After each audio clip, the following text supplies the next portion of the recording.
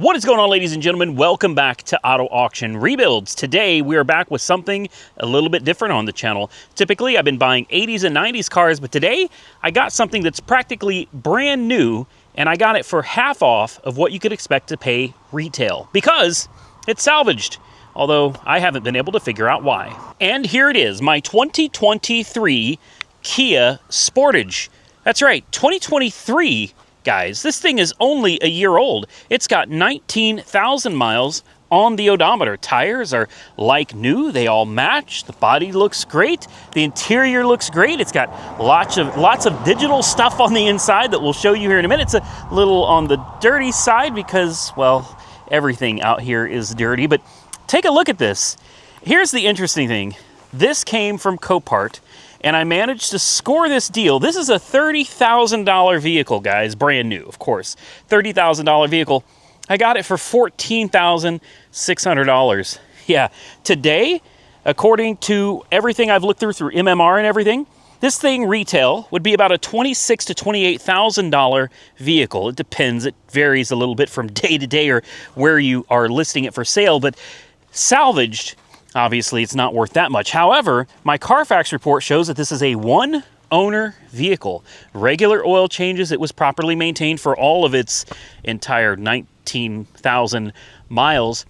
And according to Carfax, this thing, even with a salvage title, is worth about $19,000. And I don't know what you're thinking, but I'm sitting here thinking, okay, $14,600, I could sell it for $19,000. That actually sounds like a pretty damn good deal. Or if I wanted to, I could just hold on to it. We got practically a brand new car for half the price of a brand new car. And why? Well, I found a couple little things wrong with this SUV, but nothing that I could imagine could possibly total loss this vehicle through an insurance company. Now, I found this when I was doing a walk around out at my local Copart yard, just searching for anything that might be interesting to bring to the channel, and I walked across this and I looked it up. I did the Carfax. Even Carfax doesn't say why it's totaled, but there are a few clues, but you have to really look closely.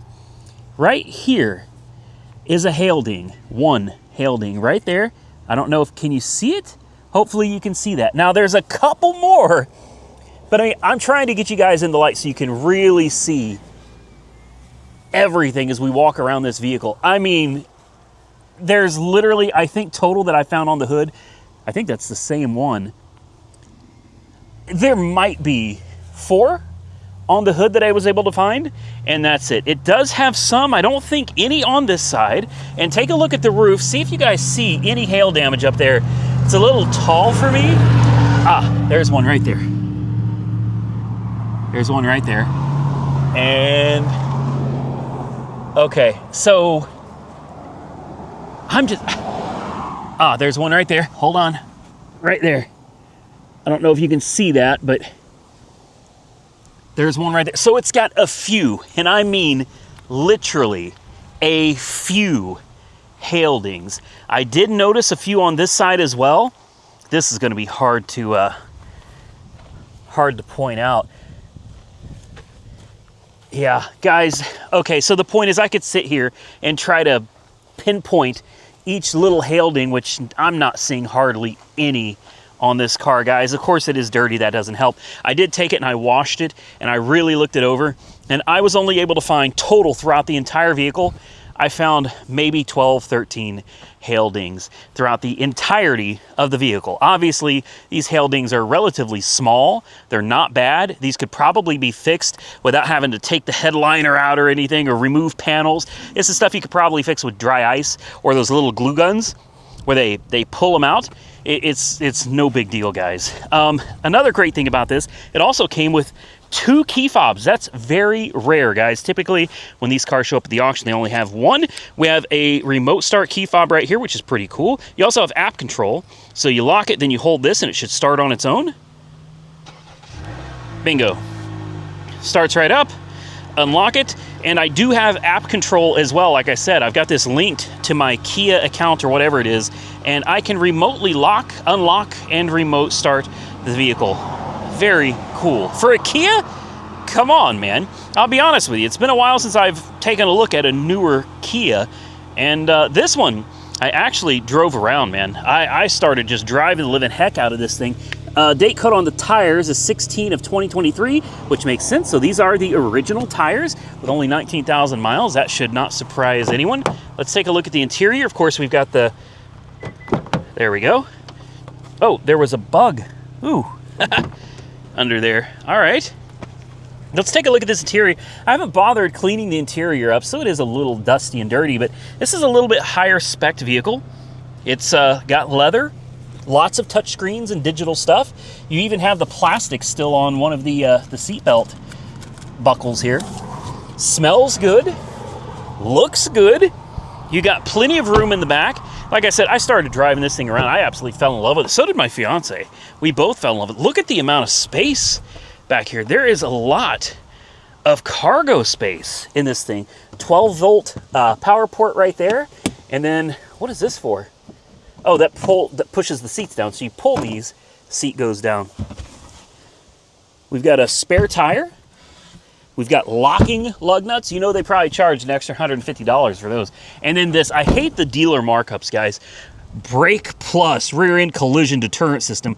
It's simply like a little resistor that flashes your light instead of leaving it solid. They probably charged $200 for that, $150 for locking lug nuts. Overall, very nice car. Let's get you in the interior. I apologize that it's dirty, guys, but literally everything that I have out here is absolutely filthy at the moment. Oh, my fiance lost, I wonder what this is. Stay glossy. I better give that back to her. See, again, still plastic on the seatbelt buckles. Lots of screen, guys. Tons of screen. Beautiful dashboard. Lots of storage. Heated seats. I think it may even have a heated steering wheel, too. It's got lane departure warning. It does not have any, like, self-driving tech in this. But what it does have, it doesn't have the adaptive cruise. But it will steer for you, which I thought was really interesting. I tried it around some really curvy areas. Actually does really good. It keeps itself within the lanes, and it steers for you, too. I'll be honest with you, I'm not entirely sold on that with this particular vehicle. If it had adaptive cruise, I think I'd feel a lot better. But you have to keep an eye on things going on in front of you. So I just don't trust it as much as one that would have adaptive cruise control already in it. Again, seats, perfect condition. I mean, this thing, other than a few, and I'm talking very few hail dings, this thing is actually really nice. You're probably noticing the car turned itself off. Yes, I opened the trunk, I'd opened the doors, and I never got in, I never started it, so it turned itself off. Oh, we have an update, huh? Audio system update. Let's do that. Let's do that later. Like I said, very nice touchscreen, and there's something that I learned about this that I thought was so cool. When I first got in this car, I was a little confused by how to work the audio system. You'll notice there's no volume controls, right? This is heat and air. This is heat and air. And you would think there would at least be a manual knob for the stereo. Very frustrating. Oh, I drove it 210 miles, and I managed 32.4 miles a gallon out of it. The thing gets incredible fuel economy. Okay, so let's go to the menu here. We'll swipe over. You have your map. It's got navigation. And then you've got your radio, which is somewhere, phone projection. Yes, phone projection, very nice. Apple CarPlay, Android Auto. Unfortunately, it's a connected type deal where you have to plug it into a USB port. But I mean, it is what it is. I can't remember how to use the radio. There it is, right there. Come on, radio. There we go. A little laggy, but, you know, not too bad considering it's a Kia, right? All right, so you're here. Here's your radio, and you're looking around, and it's like, how do you turn it up and down? Well, that's simple. Of course, it's on the... There you go. Now, it's got a pretty dang good stereo system in this thing, too, guys. Honestly, it's really not bad, but only the driver can control the audio. That doesn't make any sense, because what if the passenger, and it's normally, let's be real, guys, it's always the wife, the girlfriend, the fiance, that's wanting to crank up the volume. Well, they're just SOL. Actually, that's not true. If you look down here, watch this when I push this button. Oh. And if I push this button, it goes back to climate control. Freaking awesome! Are you kidding me? This is ridiculous. a double screen. No kidding. It's got a dual function. You set it for this, and you have climate control, of course, dual zone. And then you push this button, you have map, navigation, then you have radio, you have your media for Bluetooth and whatever else you might have, and then you want to get back to your climate control, and there it is. Because let's be real, once you set the climate, you're pretty well going to be done with it. Then you can just make this your radio. And over here, file, and you can tune, and you've got your setup. I mean, favorites, you've got everything. Sirius XM, everything, man. That, I'm not gonna lie, I was kind of disappointed when I couldn't find a volume control. My fiance was over here, she opened up the glove box, which comes with the books, and she actually looked at how to work the radio, and that's when she found you simply push that button to select between climate control and your radio. Like I said before, we've got heated seats, you've got auto start stop, which I can't stand it. You got your cameras, which I believe you only have a backup camera on this one. Kind of a low quality camera too. Honestly, I'm not very impressed with the resolution of the camera, but whatever. Auto hold, a nice old school shifter, guys. I can't tell you how much I appreciate having just an old school, something you can grip onto and put in gear. I love that. You have drive modes, which I'll show you those real quick. Normal, sport, and smart. Yeah, I just kind of leave it in normal mode, guys. I let it do what it wants to do. 19,623 miles on the odometer. Over here, of course, you've got headlights, auto, you've got brights, turn signals. Over here, you've got windshield wipers, which, yes, this actually does have automatic windshield wipers, which is really nice as well. You've got all your, scroll through everything, tire pressures, fuel economy, all that stuff. This cruise control is a little interesting. Normally, you push cruise control, right? But then when you do, it says cruise control conditions not met. Normally, you push a button to turn it on, and then you would set it, right? No, not on this car. Once you get up to speed, you simply push that button and cruise control is on. And then, of course, you have your lane departure, which once this goes away, it shows right there. It's not active right now, but when you turn it on and you turn cruise control on, it will steer for you, which, honestly, in a Kia, that is very, very impressive. Next, and this is something that really did surprise me about this vehicle, is under the hood.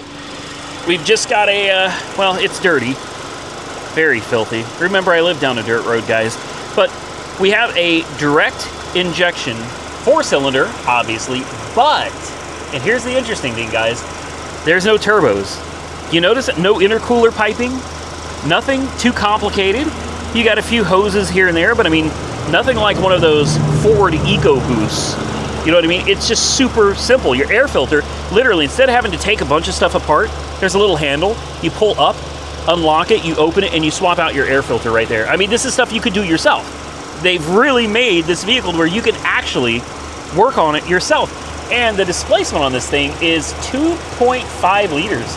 That's also pretty impressive, guys.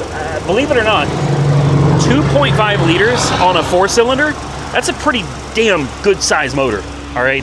That's, honestly, that's a pretty big 4-cylinder, especially being naturally aspirated. And I can't tell you how much I appreciate and respect the fact that a lot of the Kias and Hyundais are sticking with naturally aspirated, less complicated engines that are under less stress than all of these smaller turbos, and all while still being able to get impressive fuel economy from a vehicle this big. So, as usual, we're going to take her for a ride. We're going to do a 10-mile drive, although I've already put over 200 miles on. I can tell you this thing is perfect. I mean, it is perfect. Aside from just a few hail dings, this thing is absolutely perfect. I love driving it. I even went so far as to put my car wash sticker on it.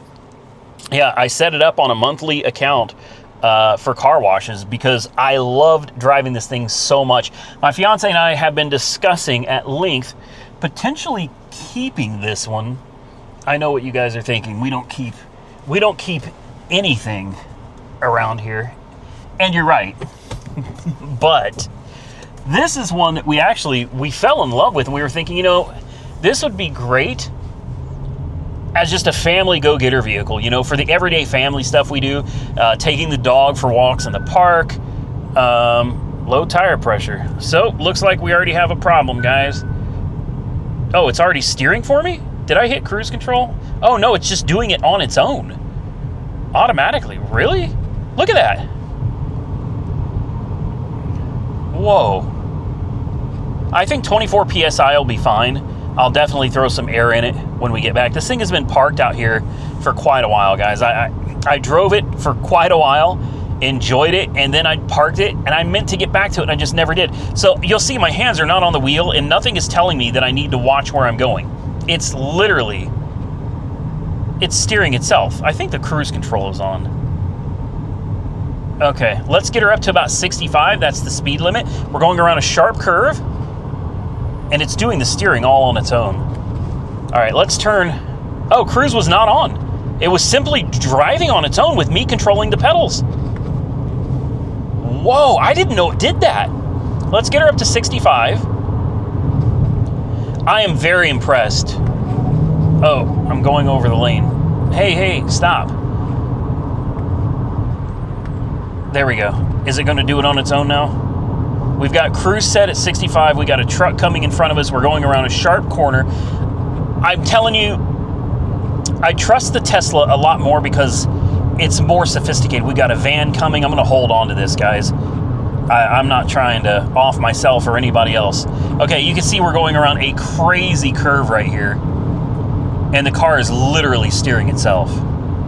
It is really, really good at what it does. Very impressive. It's a Kia, guys. Is that a Cybertruck? Holy shoot, there's a Cybertruck over there. No joke. Wow. Where did... I'm blown away, guys. We're out in Byers, Oklahoma. Population is like 225. And there's a damn Cybertruck out here. He's coming my way, too. No kidding. A Cybertruck. All right. Oh, it's asking me to put my hands on the steering wheel. So apparently it does require you to hold on to the steering wheel from time to time. There's no cameras in here that I can see that are watching me. So I guess it relies on feedback from the steering wheel. But as you can see, there's a little green down at the bottom. A little green steering wheel and a little green lane departure thing. Both are on. Cruise control's on. It's holding its own, and it's pretty much doing everything on its own. Very little input required from me. Now, for something made from Kia and Hyundai, oh, it just turned off the steering. Nope, it came back again. That's weird. I saw the steering, the little green steering light flashed, and then it went gray, and then it came right back to green. See, that's what I'm saying. Okay, it's cool that it can do it, but for me, on something like this, it's more of a novelty. It's not something I'm taking very seriously, okay? In my Tesla, I can literally just let go. I can let go, I can let it do its thing, and I don't really have any concerns or hesitations doing something like that. With this, I feel like even though it's pretty good at what it does, I still need to be watching everything, and you should probably be holding on, because at any point, it could turn that steering off, and then I guess you'd just be, you know, going whatever direction this thing decided to send you. Overall, though, ride quality is actually very impressive from this SUV. It is a good size SUV, guys. There's plenty of room. It's got plenty of power for a little four-cylinder, great fuel economy, and the ride quality is way better than anything I expected from Hyundai or Kia. It is solid. It feels great going down the road. It is exceptionally comfortable, and one of the best parts is it's quiet. No rattles, no clunks, nothing. You're talking about retail, a $30,000 vehicle, and it's quiet. That is something I really appreciate. Now, we're almost to our 5-mile mark, at which point I'm going to go into the glove box, because I think, if I remember correctly, we may have the original window sticker. And I'd like to pull that out and actually take a look at it and see what the original sticker price of this car was. I'm going to turn off cruise control. We've made it up to our 5-mile point here. Let's get off the road. Obviously, we don't need to get out and check to see if it's smoking. The damn thing is practically brand new. And I've already put over 200 miles on it. And this thing just solid. Absolutely solid, guys. So unfortunately, it does not have the window sticker in the car. I thought it did, but apparently not. Instead, what we have here is Carfax one owner, salvage brand. It does have an open recall for some piece of molding or something, roof molding or something, so probably needs to go in for that. But the Carfax value, $19,340 is this car's retail value. Of course, we have regular oil changes, one open recall, Carfax one owner. And the original price, I swear, yeah, window sticker right there. I love Carfax, guys. And by the way, if you need a Carfax report or an auto check report, definitely go check out the link directly below this video where I can get you Carfax reports for $5 or $6. I don't remember what the price is, guys, but it's really, really cheap. Way cheaper than you're going to get it for anywhere else. So I click on original window sticker, and unfortunately, it's not working anymore. I swear it worked in the past. This was definitely a $30,000+ vehicle when it was sold brand new. I almost forgot that you have several inputs down here. You have a 12-volt charger, you have a USB-A, you have a USB-C, and then of course you have your wireless charging, which does work. Let's see how well it works. I, in my experience, have had some problems with the wireless charging. When it's charging, this will light up. Right here, as you can see, it is not. A lot of times you got to push it and move it around to get it. And I've got a big, there it is charging. Mine is an iPhone 16 Pro Max. So this is a very big phone. It takes up almost every bit of this. But even then, if you slightly move it down, oh, now it's going to charge. Okay, what about if we move it forward? Okay, it's going to stay charging now. With my iPhone 15 Pro Max that I just traded in for this one, you could not have it anywhere except for you had to have it like all the way up and all the way forward, and that was the only way it was going to charge. And if you hit bumps, which you will, the phone kind of moves around and then the charging would turn off. But it appears that with the bigger 16 Pro Max, it's actually charging exactly like it's supposed to. So wireless charging is nice. It'd be better if they had dual wireless charging, but again, we're not talking about a high-dollar luxury vehicle here. We're talking about kind of an entry-level, you know, soccer mom, soccer dad type of SUV. And again, plenty of power. I'm not flooring it or anything. Don't need to. It gets down the road just fine. I've never had it in sport mode. I don't, you know, I mean, come on, man. I don't know that sport mode is really going to do anything to impress me. But yeah, cruising down the road, 70 miles an hour. It looks like the steering. So again, the steering is handling itself, which is bizarre. I don't have cruise control on or anything. It just does it on its own. Oh, it wants my hands on the steering wheel. There we go. See, and there you go. Now it's back again. It turned the self-steering off randomly. So if you have your hands off the wheel and it randomly turns off on you, oh man. That could be a real bad day if you're not paying attention, if you don't understand the way this works. And I'll be honest with you, I don't understand the way this works. I don't get it. It seems like when it wants to, it'll steer fine most of the time. But then randomly, it just goes away. And if you're not paying attention, it'll kind of just take you off the road there. So very important you pay attention to the road. Keep your hands on the wheel. This is not self-driving. It's just, it's a slightly advanced cruise control. You know, it works okay, but it's not something I would trust my life or my family's life with. Now, I'm still trying to decide if I feel like I got a really good deal on this. I mean, it is salvaged, and the only thing I can figure is it's got to be salvaged for the hail damage, guys. It has to be, but it's not listed. That's very rare. Typically, whoop, there it is. It turned off, and I just had my hand resting on the steering wheel. If I hadn't been paying attention to the road, this thing would go right off the road. Absolutely. You can turn those off, by the way. Honestly, in my opinion, you're probably better off turning off this weird steering thing and the lane departure thing. Just drive it like a regular car, but to each their own. Anyway, I'm still trying to decide if I got like a great deal on it or not. I mean, $14,600 for something that cost $30,000 that should be able to sell today for at least 19, it's not the greatest deal, honestly. But I mean, it's definitely not a bad deal. If I could actually sell this, and I'm tempted, I'm very tempted to actually put this one in my own name, maybe use it for a little while, drive it for a little while, and then when I'm done with it, sell it.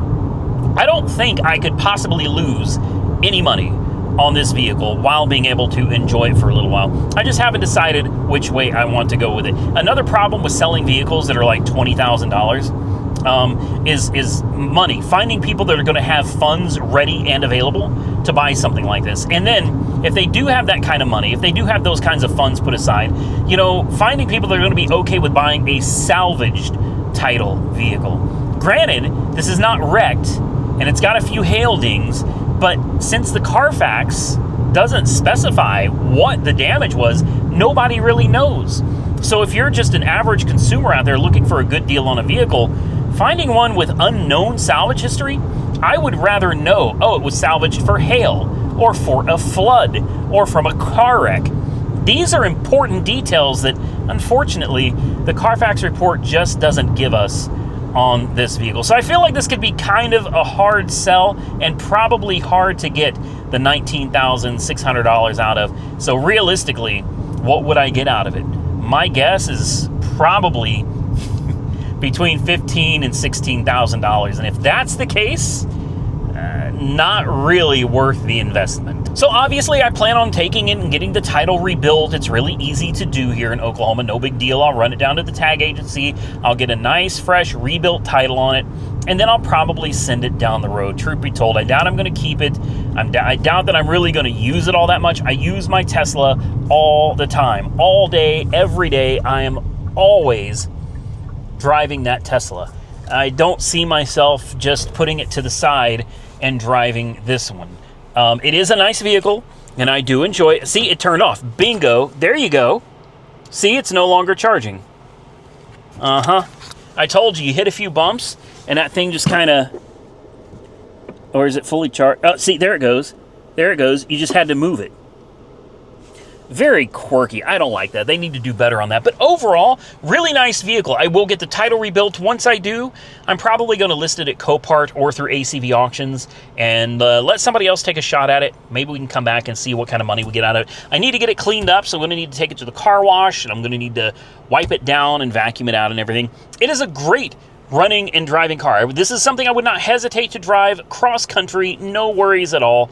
And I guess there are some concerns over it not having a warranty anymore, and that is one of those iffy scenarios. Sometimes, most times, let's be honest, most times salvage title vehicles lose their warranty. But I have seen it happen on Kias and Hyundais where sometimes they slip through the cracks.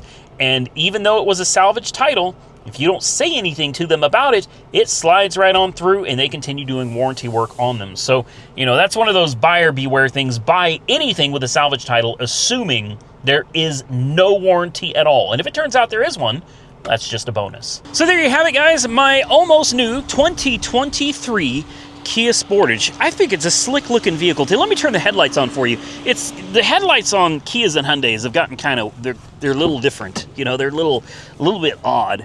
But we'll go ahead and turn them on real quick so you can see it. I don't know if this has fog lights or not. I don't think it does. There you go. So when you turn the headlights on, these daytime running LED strips dim, and then your headlight is way down here.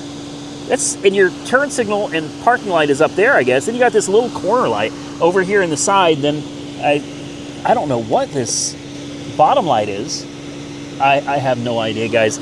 The design of the headlights has gotten a little confusing. Turn signals are up top, headlights are down here, and then you got this massive LED strip right there. It's still a pretty sharp-looking vehicle, just the headlights. The front end kind of confuses me a little bit. And these ginormous grills that everybody's doing these days, I don't get it. I mean, this is massive. This is, the whole front end is basically a giant grill, you know? Absolutely huge grills all over this. By the way, yes, air conditioning works just like it's supposed to. I mean, everything in this car, all the windows, everything works nice. It's got nice tinted windows. See, here's a hail ding right here. I missed that. Right there. So there are a few hail dings on this vehicle, but not enough, in my opinion, to total it. I don't get that. If you guys remember my fiance's Mustang GT, that thing looked worse than a golf ball. I thought it was totaled. I took it to a PDR? Paintless Dent Repair. Yeah, PDR shop in Oklahoma City that was recommended to me by Brian at the Auto Spa. They made that car look brand spanking new for like $4,000. So if they could do that for $4,000, surely all these little dings, you know, what are 8, 10, I don't know. Surely they could do those for less than $1,000, and that no way would be anywhere near a total loss on something worth this much money. With that, I guess I'm going to get out of here, ladies and gentlemen. Drop your comments below and tell me if you think I got a good deal, a great deal, or maybe you think I didn't get a deal at all. And what do you think of all the options and features in this relatively cheap, and it really is relatively cheap for a very loaded, very comfortable Hyundai, Kia, whatever, Sportage. I do actually really like this thing.